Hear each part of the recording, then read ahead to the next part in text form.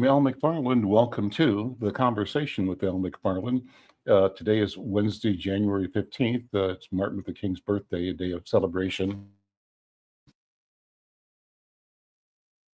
around the world, and as it should be. So today I invite you to wherever you are and whatever you're doing, take the time or add to your moments a memory, a reflection, a thought about the life, the work, the gift of Dr. Martin Luther King Jr. and kind of the impact he had on our society and on the world. If I actually met Dr. King twice in my late teens, early 20s, when I was a student at Morehouse College in 1965-66, my freshman year. I was part of a student boycott or protest, not a boycott, a protest that he led from the Atlanta University campus. Atlanta University was the university, Morehouse, Morris Brown, Clark, Spelman, and all of us were, I think this was probably in 66, rallying to support Julian Bond, who the Georgia legislature refused to seat because he took a position against the war in Vietnam.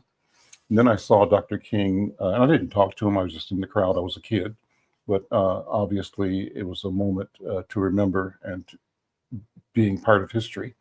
Later, after my freshman year of college, I went to actually the U.S. Navy as an enlisted man. And in my second year of the 2-year active duty tour, I was on the way home from Jacksonville, Florida, where I was stationed, heading back to Minnesota, where my family lived. Had a layover in Atlanta, and I looked up and I saw a single solitary guy standing with a trench coat draped over his arm, dignified. I said, "Oh, that's Dr. King."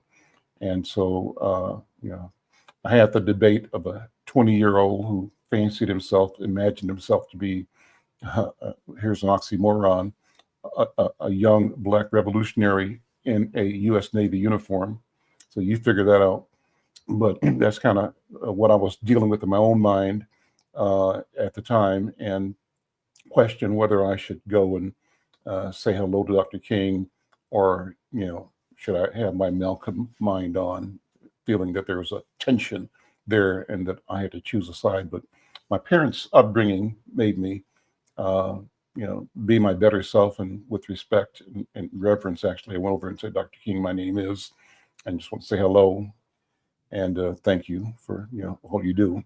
I don't believe he told me anything or said anything. He kind of smiled. He was just present, and kind of had the feeling of, "Go in peace, my son." And I kind of walked away, and he stood there waiting for somebody else. Well, I was heading home to Worthington, Minnesota to be with my family. He was heading to Memphis to die. And I can't get over it. And I say today, what a gift, what a gift, a moment, a unique, personal, private moment, and a moment in time that is significant to time. So if you have a King experience or an elder's experience or a hero's experience that you want to share, I'd love to hear it from you. And you can do that by dropping a note in the chat. We're streaming live on YouTube, on Facebook, on Twitter, and on LinkedIn. And if you're connecting on any of those channels, drop me a note and tell me your King story or not. Say hello and welcome, and thank you for being a part of the program. Well, as always, we try to deliver, we promise, robust conversation. I'm guaranteeing that today will be in that order. I'm pleased to have today as a guest a young man who is in the world of theater. He's Mikael Burke, and he is directing a play that's being produced at the Children's Theatre. So the Children's Theatre here in South Minneapolis is presenting a Children's Theatre commissioned musical. It's called Milo Imagines the World. and it runs from February 4th through March 9th this year on the United Health Group stage. It opens Saturday night, February 8th at 7 p.m. So the play is based on a book by Matt de la Peña and Christian Robinson. Milo Imagines the World features a book by Terry Guest with music and lyrics by Christian Albright and Christian Magby. The production, as I said, is directed by Mikael Burke, with musical direction by Sanford Moore, the great Sanford Moore, and choreography by Brian Arzel. Milo Imagines the World is a joint commission by the Rose Theater of Omaha, Nebraska, by Chicago's Children's Theater out of Chicago, Illinois, and out of our own Children's Theater here in Minneapolis. And so we're pleased to have the director of the play, Mikael Burke, here with us on Conversation. Brother Michael, good afternoon. Welcome to the Conversation with Al McFarlane. How you doing, man? Thank you. I'm good. I'm doing very well. I'm thrilled to be here and to have a conversation this afternoon. Thanks for having me. Let me just have you introduce the play, the work, and how you have assembled it, and the team, and what people are going to enjoy or experience or feel when they show up to support and learn and enjoy. Of course. Yeah, so Milo Imagines the World. It is, as you mentioned, it's based on a picture book by Matt de la Peña with illustrations by Christian Robinson. And that book is beloved in classrooms across the country. And it follows the story of Milo, who's a 7-year-old boy, and his older sister, Adrian, and they are taking a New York subway ride from their home, and they are on their way to a very special destination. And along the way, Milo, this boy, as the title suggests, Milo imagines the world. So when he's on the train, he people watches, like many of us do when we are in public spaces. And he looks at the people around him, and he can't help but sort of imagine what their lives must be like based on what he's seeing. And the picture book itself is really sort of asking us all to consider the ways that we all sort of look at people and make assumptions about people based on outward appearance or first impression or first glance. And then it encourages us to look a little deeper, to recognize that there's more to people than what may meet the eye, that not to judge a sketchbook by its cover, so to speak. And this musical takes that story and just expands and deepens that material. Not to spoil the ending, but Milo and his sister are children of an incarcerated parent, and they are on their way to visit Milo's mother, who is in prison. And in the journey of the book, we don't discover that we don't discover that Milo and Adrian's mom is in prison until toward the end of the book.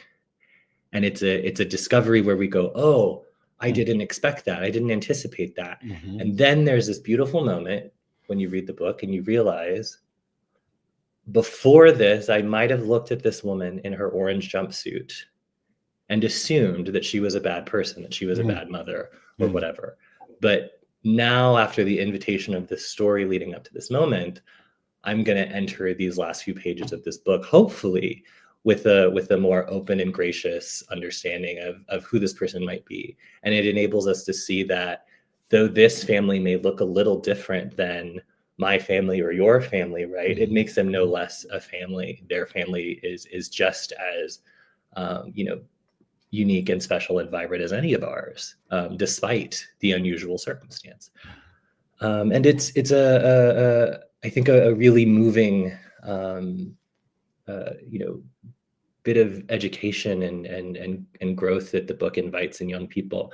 And the musical follows that same trajectory and sort of takes us on Milo and Adrian's journey through the subway, meeting all of the people that they meet, and Milo imagining what their lives might be like. And each little imagined world that Milo creates is a different musical number and a different musical genre and style. So it's funny, it's irreverent, it's exciting, and it's constantly sort of shape shifting this musical as it progresses on this journey.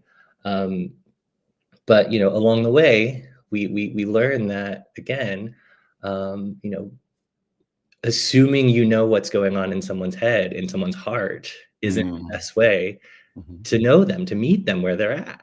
And we see this unfolding mostly in Milo's relationship with his sister in this musical. His sister, who is 15, who has been, who is tasked with being, keeping her brother in line and making sure he stays safe, and all of these things. Sister's older or younger? Yeah, older sister. Sure. And that thing that happens to older siblings, where sometimes you got to be the grown-up before you're ready to be the grown-up. So they both have difficulty seeing eye to eye at first, but eventually they get to the prison. They meet Mom, and Mom is just Mom, the way moms always are. She's able to help them see and hear each other in a way they couldn't do on their own. And in the same way, we by the end of the play, we realize, like, this family is, they're great. They're just like everybody else. They just look a little different, and that's okay. Sounds fascinating. And so, what discoveries are there about the world as Milo envisions or imagines? First question. So, when the book was written, what was the target audience? Who were the authors writing the book for? Number one, the picture book. What was the sequence? Picture book first, then a book, then the play, or picture book, play, then a book. How did picture it all book come came together? first? Yeah. So I came into the process as director a bit later in the overall development. So I can speak to what I understand. Sure. But the picture book definitely came first. I know that Chicago Children's Theatre, one of the co-commissioners of this musical, had worked with Matt de la Peña, the author of the picture book, on adaptations of other of his books. They did, as has Children's Theatre Company here in Minneapolis. Last Stop on Market Street is a play that was done here that is adapted from one of Matt's books, as is Carmela Full of Wishes. And my understanding is that in 2020 or 2021, they were in conversation about Carmela, and Matt was like, actually, I have another book that's about to come out that I think you all should be aware of, because I think it would make a good adaptation. And so things were already in the works to kind of to get the ball rolling to adapt Milo Imagines the World, even before the book was published. I believe it was published in 2021, and then it was in late 2022, I think, that all of the ducks were in a row for them to start working on the musical. But yeah, Terry Guest, the book writer, Christian Albright, and Christian Magby, Albright is the lyricist and Christian Magby is the composer. The three of them began working on this about a year and a half ago, I believe. And they created the story from the book and all the music and stuff. And then they workshopped it here in Minneapolis over a year ago. And then it was as they were gearing up for a second workshop in Atlanta that they brought me on as a director. And then I've been a part of the process since then, which was about last February. And since then, we've had another workshop in Chicago last summer, and then we had a production of it in Chicago this fall, and now here we are. Fascinating. So as you speak, I have a million questions. I'm just a reporter, and so I'm curious. That's my job, is to be curious. I'm glad to hear your voice and to have you explain things. So thank you again for being here. Thank you for what you do as a creative and as a director. And so, De La Pena, this story in particular, does it fit in a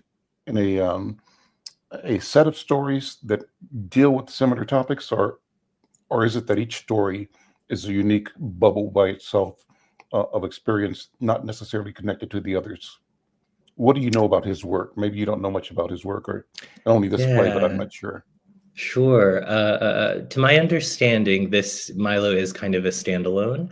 I do think there is a sort of, a milieu about Matt de la Pena's work that is sort of, that looks at the experiences of young people in more urban environments, and what it's like to be a kid growing up in the city, so to speak. So I think that is consistent across his stories, but Milo is sort of a standalone universe in that way. But I do know that one thing that's really fascinating about this one is that this story of Milo is like very personal to the illustrator, Christian Robinson. He had a childhood that is very akin to how Milo moves through the world and Milo's experience with an incarcerated parent. And Terry Guss, the book writer, also had an incarcerated parent when he was a child. And so the story is very personal to him as well in that way. Oh, that's amazing. So when the story was crafted, it was written for what audience? Was it written for 5-year-olds, 10-year-olds, 11-years-olds? Absolutely. The primary target? Initial, the picture book itself, I think, is geared toward 5 to 7-year-olds, kindergarten, first and second graders, I think.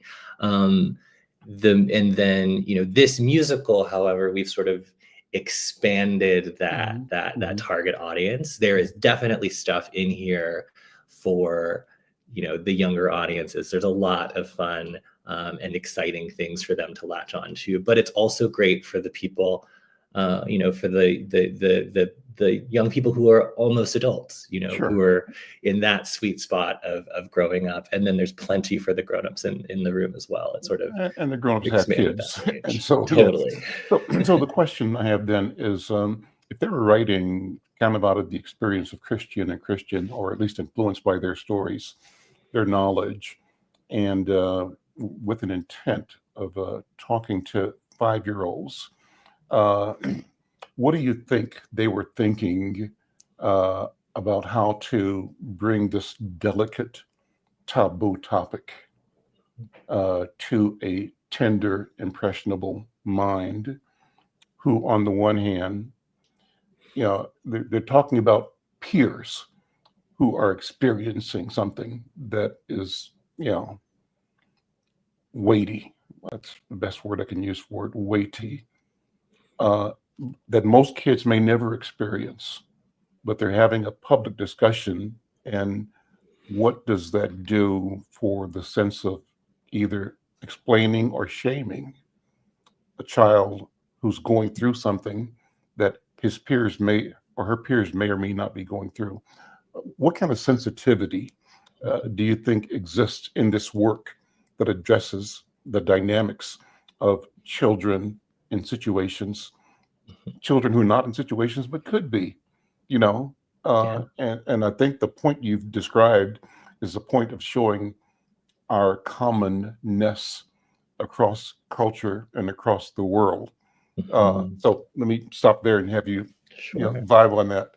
Yeah, absolutely. A delicious question. I think, the first thing that comes to mind is, I think the book and the musical, the first thing that they sort of do, and they do this really subtly, right? And it's not educational in the sense where they're like, this is the word assumption and this is the definition of assumption, right?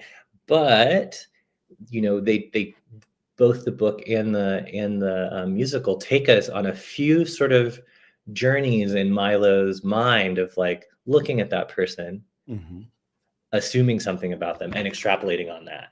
And it's fun at first. It's exciting at first, sort of imagining what that person's life is like, sort of the feeling of like, I'm looking at you and I know that you're this, and I'm gonna tell you about that. And so there is this sort of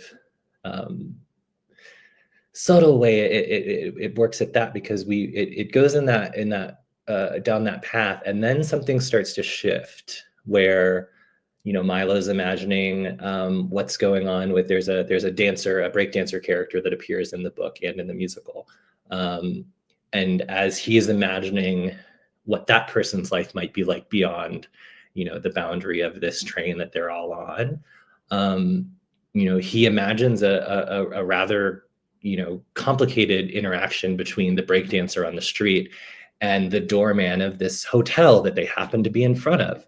And that doorman to death. The water in the passage was a few in. My Siri just started playing an audiobook all around. Forgive me, but this doorman has a moment of rather harshly judging this breakdancer and her people, and we see a moment where the doorman looks at this person, makes a snap judgment, about them, and treats them really badly, and Milo sort of has a moment of going, wait, why did my imagination do that? What took me in that direction? And that leads to a moment where Milo's sort of reflecting on himself and going, what do people think when they look at me? Do they see all of these other aspects of my life that I know are true, or do they just see the fact that I draw in my sketchbook, which is what everyone else recognizes?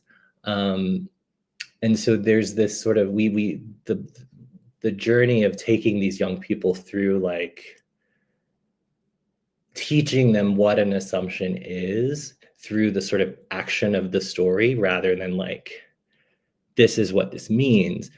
So that then when we get to the part where mom shows up, they're sort of, primed to be like, now, wait a minute, I just saw this happen. I shouldn't judge this book by its cover right now. Wow. And I think that, in doing that, it sort of opens that door to those people. But it's in Christian Robinson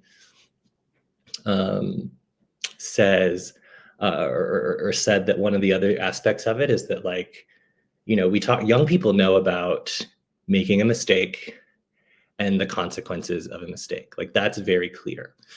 And people make mistakes and they have to deal with the consequences of those mistakes. But does making a mistake automatically make you a bad person? I think that is the thing that the book is really kind of pointing at, that, like, you see that person who's in jail and you might think that is a bad person, but you've made mistakes. Are you a bad person? Let's reconsider, let's rethink.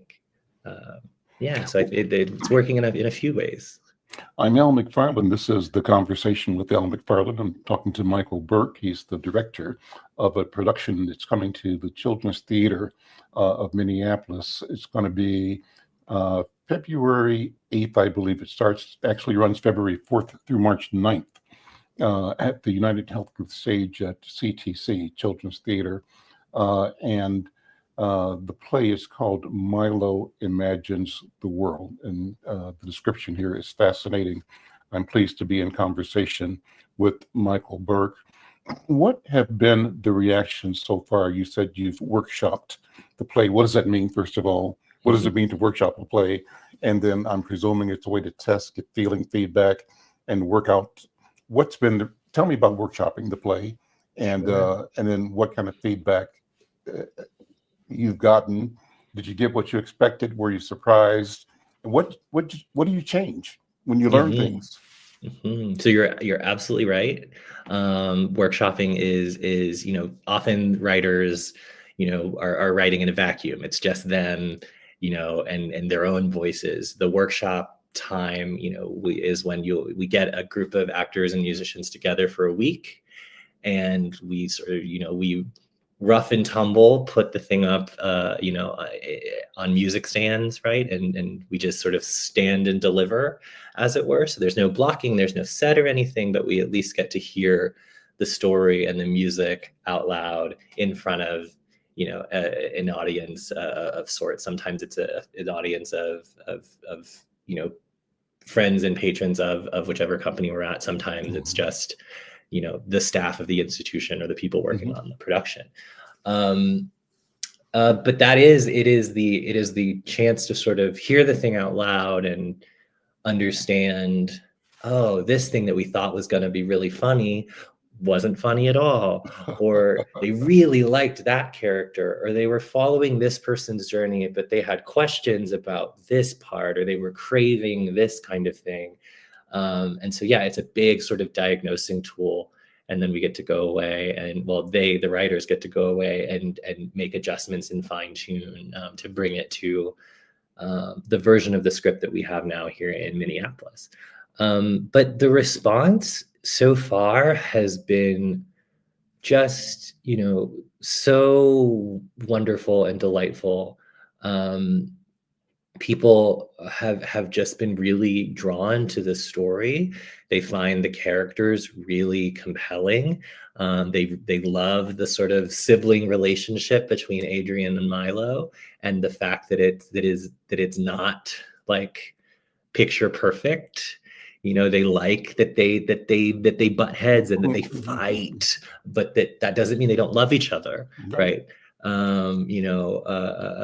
find the songs very fun and very funny, and they find the journey of finally reaching mom, and even though the time with mom is relatively short in comparison, they find that they found that it's really, really moving getting to see this family coexist together for those few minutes. And I think through all of that, we've learned a lot, and there are whole sort of plot threads and people that Milo imagined that have been cut and or streamlined or folded in different ways to sort of make the thing feel cohesive and like it's telling one clean and clear story. The music,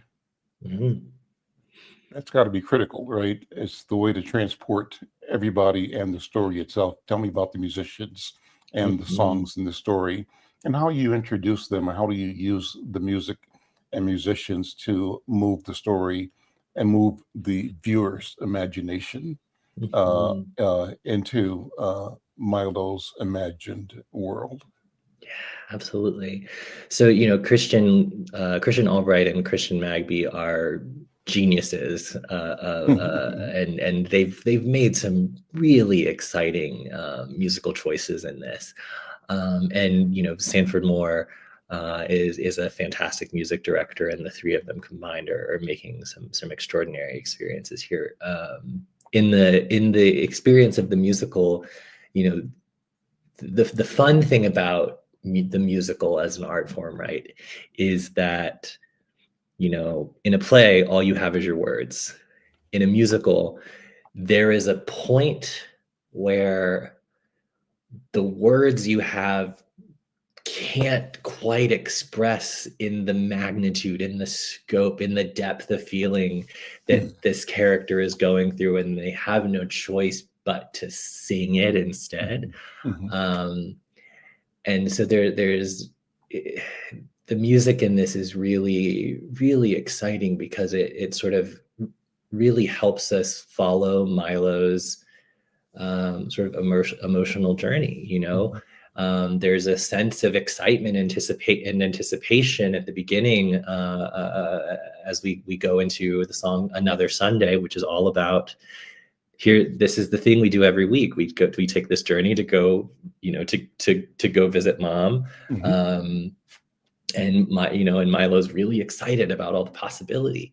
And similarly, he's early in the play, he sings a song about the power of his mind and his imagination and his ability to sort of look at someone and change the world. And but then later in the play, there's a moment where Milo and Adrian really sort of have a communication breakdown, and a big fight ensues. And like children do, Milo gets upset and he runs off. And they happen to be in a big multi-story New York subway station when Milo runs off. And so you can imagine the feeling of losing a child in one of those. So the song that's running through that section sort of speaks to that. And it feels like the sort of chaos of people churning, and I can't figure out where I'm going, and I don't know where this kid is. And, it's a really exciting stuff. And then there are also, the songs that sort of each time Milo is imagining something about a stranger, it has its own song. And those are very sort of genre shifting as the play goes on. One of them is sort of country western inspired. One of them feels a bit more like Dancing in the Street kind of an energy. One of them is very inspired by like a Hamilton-esque kind of energy. One, there's a lot of different types of music that show up. So there's a little something for everyone, and it keeps the work really exciting because you really never know what's about to come next. What else have you worked on in your directing career? Tell us about you and your work as a director. And did you start off as a director? Did you study directing, or were you an actor first, or how did you arrive at your career and the work that you're doing now? For sure. I'll try not to take up all of our time. But the short version is I started doing theater or theater adjacent things at a very young age. We did really, low budget musicals at my church growing up. My first role ever, I played a teal tulip in an Easter play. My mom made the tulip costume. But little things like that growing up. But then in undergrad, it took me a minute to process that, Michael, because just for fun, I'm looking for a name like a teal tulip, as if that's a person or character. But it took me a second to say, "Oh, you mean a tulip that is teal?" Okay, got totally. it. Yep. A little fun. Blue flower. And so we a lot of that kind of stuff growing up. And so then when I went to undergrad, I went to Butler University in Indianapolis, Indiana. And there I did study acting and directing a little bit, and but on the other side of undergrad, I really sort of was like, I think I'm a director, and that's what I'm going to focus on. So some friends of mine and I, we started a small company in Indianapolis, and we did that for a few years.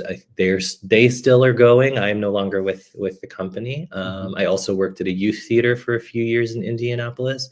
During all of that time, I was directing. When I could, I was also doing a lot of design work and marketing work, and sort of just building up a big old skill set. And then, but most of that work was centered in Indianapolis. It wasn't until I went to grad school at the theater school at DePaul University in Chicago and got my master's in directing that my sort of freelance directing career really took off. I graduated from there in 2018. And since then I've had the great fortune of just having a freelance life. And so I travel the country and direct, between, 4 and 7 shows in a year. And just sort of, that's my whole job, is I just sort of bounce around like Nanny McPhee, and I bounce over here and I tell a story. And when we get to the point that they're open and they don't need me anymore, I fly away and I do the next one. And so that's kind of the journey. Obviously love it. It sounds like you're enjoying having the time of your life in doing this. Yeah, very much so. It's really exciting that I get to make a living, and it's not the most lucrative living, but I get to make a Yeah, living, sure, sure. doing the thing that I really and truly love to do, and I get to meet a wealth of new people every year, and it is really exciting stuff. So is your work Yeah. going to be confined to theater, to the stage, live theater, or is there a television or other broadcast or film component that you're looking at or have done too? Sure. So far, it's all been stage work. I've done some video work in sort of promotional Hmm. realms, but primarily it's been just on stage. I am, I there's a part of me that is really fascinated by film and television and broadcast in that way. It is a slightly different ball game though, and I Hmm. think there is something about the live stage that I find so alluring, and I Hmm. keep coming back to. But I would say if if the stars aligned in the right way, Hmm. I would absolutely also foray into film and TV. I have many people after seeing my work on stage have been like, you need to get into the film and TV, da, da, da, da, da. And I'm like, yeah, absolutely. But also, like, I love the stage. So a little of both, I think. Yeah, yeah. Well, so you mentioned Indianapolis. Is that your home? Is that where you're from? Yeah. Uh-huh. Sorry, forgive me. Um, Not from there. I went to undergrad there, and I lived there for about 10 years. I grew up. Well, technically, I was born in Chicago, Okay. down in Hyde Park, but by the time I was 2, we had moved away, and I grew up in Nashville, Tennessee. Uh-huh. So Southern boy at heart. Okay. Tell me about your family. Who's your parents and your Hmm. lineage. I ask people if they are concerned about or aware of their genealogy because I am, so Sure, sure, sure, I'm just sure. naturally curious of other people how they approach that and what the sense of who you are, what that sense uh, word comes from in terms of, if you had to imagine, for example, the uh, the moment before the beginning Mm, and how that folds into this moment you're in right now, what's that picture like, and who are the mhm. names and people and places that you have ability to touch because you spent physical time with them or story time from grandma, Yeah, grandpa, etc. What's your absolutely. story? Yeah. Well, funnily enough, I actually have a picture I can show you, Ah. of these folks. My Mhm. dad passed recently, and I was just at my grandma's house for the holiday, and we were going through some boxes. So I've got a photo, and Yeah. you can kind of see everybody. Mhm. But these are the folks. So on the tall man in the middle, that's my dad. He was Mhm. 6'6". Wow. Um, he played basketball as a kid, as one would expect when you're that tall. Mhm. But he went into banking for his career, and next to him are my grandmother and grandfather on his side, and Mhm. then this is my mom, Mhm. uh, and she grew up in Nashville. Those are her parents, and Mhm. she was in pharmaceutical sales for the majority of her working career. Um, but the interesting thing about them, I think, is so I'm a director. I do theater.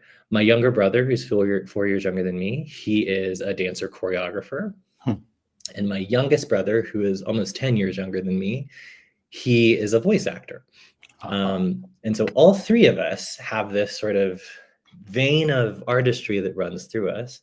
But our parents were not necessarily, um, you know, career artists. Mhm. But when I look a little deeper, it was always there. Like my dad was always fascinated by um, uh, old, like old, not old, but sort of past cinema. Like he watched a lot of Turner Classic Movies, Mhm. and not only watched them, but had like a lot of like facts and factoids about the films and how they were made and what made this one so interesting and so exciting. So he And so, studied them. yeah, He examined them, the genre, totally. right? Okay. And so like I grew up sort of without realizing it, immersed in this sort of critical eye with my dad, who was always interested in kind of dissecting the work that was happening in front of us and picking apart like how it worked and why it worked that way. And my mom, on the other hand, she loved, she did a lot of interior decorating. So like she painted the walls, she like sewed the curtains for the house, Hmm. she made our Halloween costumes, she made costumes for the church plays and things like that. So she was super crafty and super handy in that way. And so I sort of, we were, without realizing it, we were sort of immersed in this artistically, my parents were divorced, so we lived, they weren't together, Mhm. but on both sides, we sort of had these kind of artistically immersive upbringings that are 1000% influential on how I move through the world now. And my grandparents were, similarly, my grandfather on my dad's side, he was a trumpeter in the Marine Band. I forget which war that was. I think it was Vietnam, if not Korea. But and my grandma was an elementary school teacher. So like there's just a lot of sort of, I guess I grew up immersed in a world of sort of being really kind of detailed and critical in your thinking about what something is and why it works that way, and really appreciative of the sort of artistry behind things. And so, I don't know that they were ever surprised when I ended up taking the path that I took. But hindsight is 2020, and I can look back now and go, wow, this didn't come out of nowhere as I thought it did when I was younger. Yeah. How far back in your family can you go? We did ancestry.com something. And we can get back all the way to just after emancipation. The records get real muddy up to that point. But we've traced the thread back that far, at least, which is really remarkable, because growing up, I was like, we only knew. Census is one where we show up the most. That's the one after emancipation. And before that, we were simply first names on somebody's property schedule. Absolutely. Yeah. And so, when you were a kid in Nashville, 5, 6 years old, and sounds like you had a wonderful family and family system around you.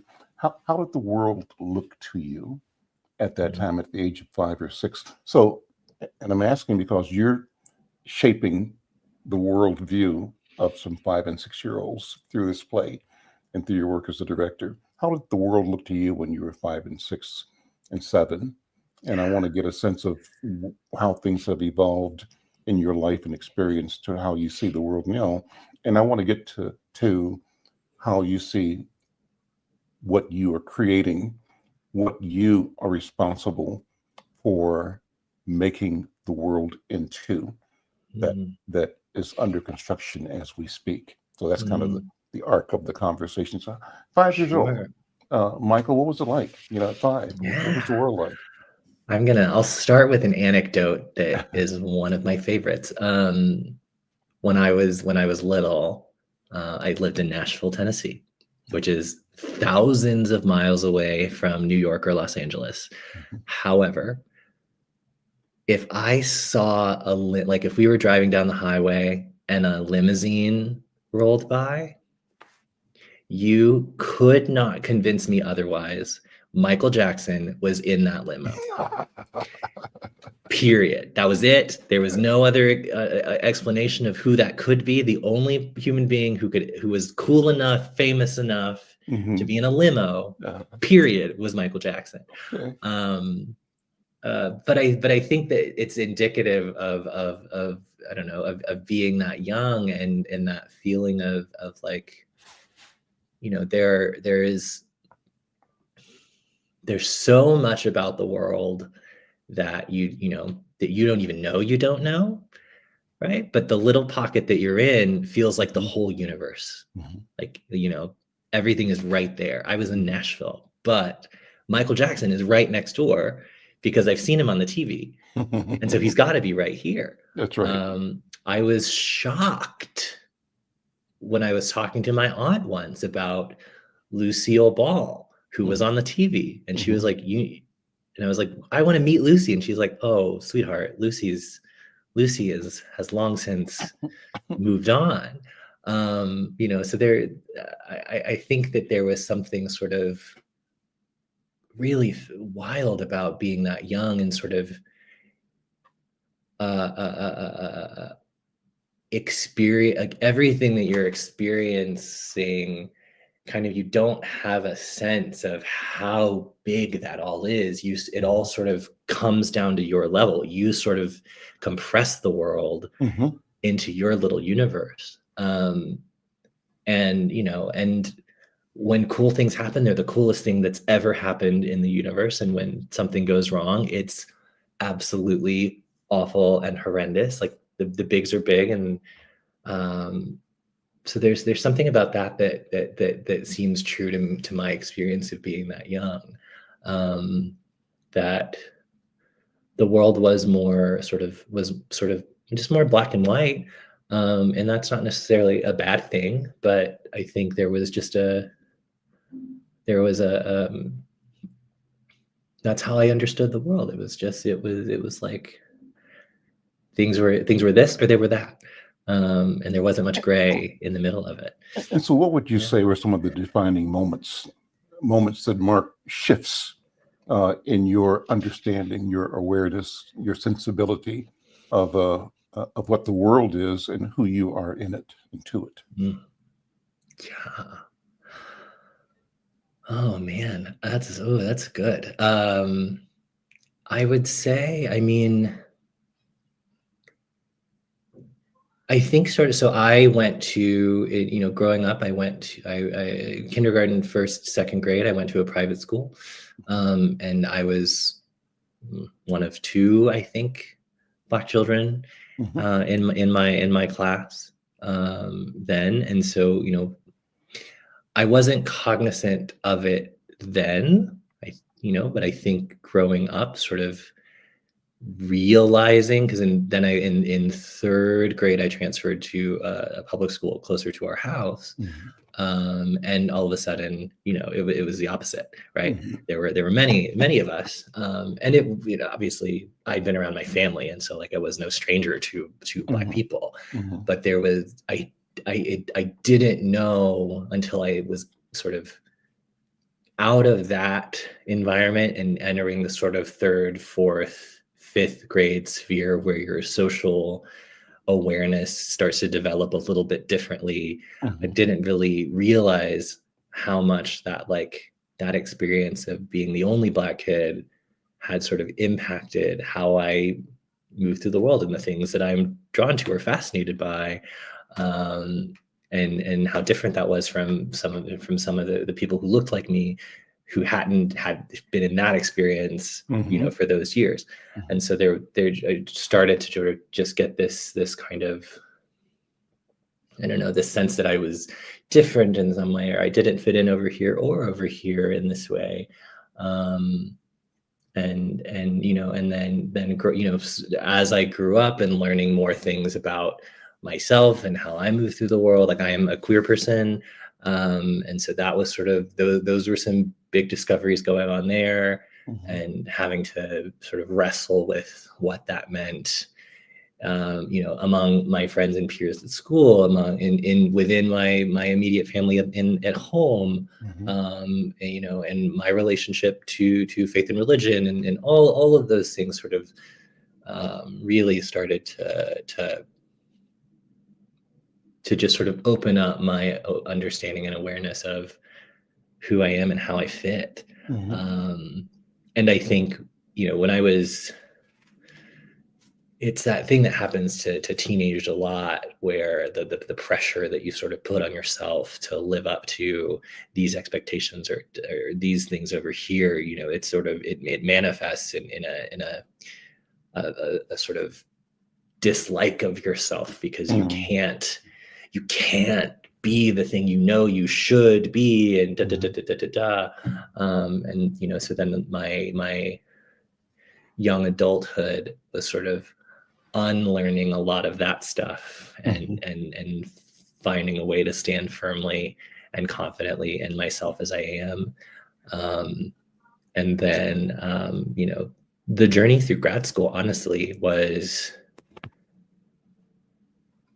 then taking that one next step and understanding that all of that personal stuff impacts all of the art, that they can't be separate. You can't separate that part of yourself from your art making. You have to find a way to allow it to fuel you and for you to fuel it. And so now, as my sort of, as I work as an artist, as a human being who makes art, the thing that really sort of drives me is trying to use the stories that I tell and the experiences that I create to, give people an experience of the world where they might see themselves in a way that I never had the opportunity to, growing up in that way. And sort of, using the theater to literally make a better world, to tell stories where people can see themselves and their experience inside the specific experience of someone else. And hopefully through that, we end up being a little less afraid of one another and a little more in love with one another. Well, you've moved into the last part of the question, and that is, what, and you can elaborate though on, because you're talking about mission now, I think, sensibility of what it is to be the human being that you are, right? And so as you move in your career and your personal life, recognizing they're connected, interconnected, inseparable, how do you continue to instruct yourself, define for yourself the reason for your existence, and believing in that, how do you keep reminding yourself that the work will produce a win, or continue to produce wins? Wins may be defined all kinds of ways, but there's value in your being, and as that is the case, what will the world that we create look like? Yeah. So I think for me, that sense of mission really is that, like, I truly believe that that theater, that coming together in a communal space and sharing in this experience of this story with a bunch of people you don't know, watching a bunch of actors that you don't know, but we are all literally actually sharing the same breath, the same time, the same moment, and all collectively agreeing to sort of go on this ride and fall into this story and use our imaginations together to believe that this thing up here is real, even though we know it's not. There is something that is it is able to sort of to change us and affect us, I think, biochemically, even when that happens.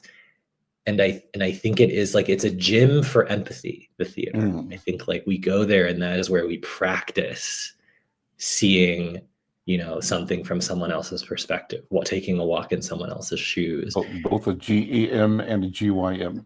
Yeah, 1000%. Absolutely.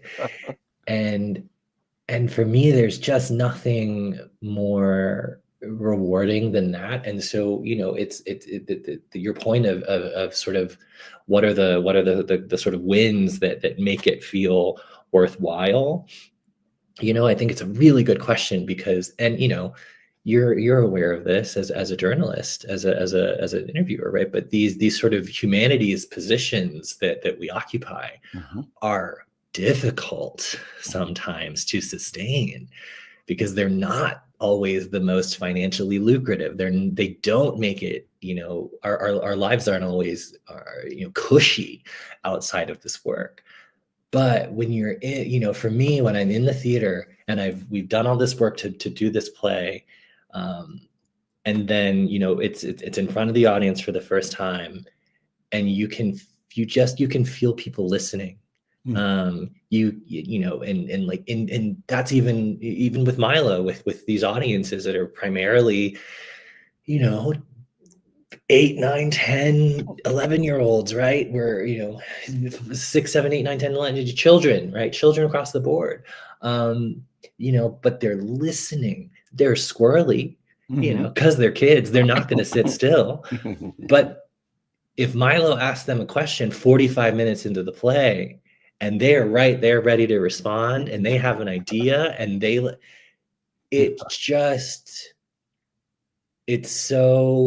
is rewarding and rejuvenating to feel that sense of collective buy-in. Like this, that we are literally performing magic. We are taking a bunch of stuff that's fake and not real, and engendering a lived experience that people are connecting to, that is affecting them. And there's just nothing better than that. I've had experiences where people have, come up to me after shows and said, I've never thought about this experience in the way that you invited me to at this play. And thank you, because now I want to go call this person in my life and talk to them and say I love them, or like, oh, I just got out of your show and all I want to do is hug my mom right now, that kind of a thing. And like, that's what we're here for. We're in I think when I'm doing my job at my best, it is literally using the theater to make a world where our first inclination is not fear, but love. Our first inclination is not to push away, but to embrace, to recognize the humanity in one another before we other and ostracize one another. I think that it's just, I don't know, there's it fuels me, and it makes all of the sort of the difficulties of this industry palatable, because that reward is so delicious. This is a wonderful conversation, and I love that you're able to bring it right back to the point of decision, that is the stage, and where the deal goes down between the actor, the script, the musicians, and the audience.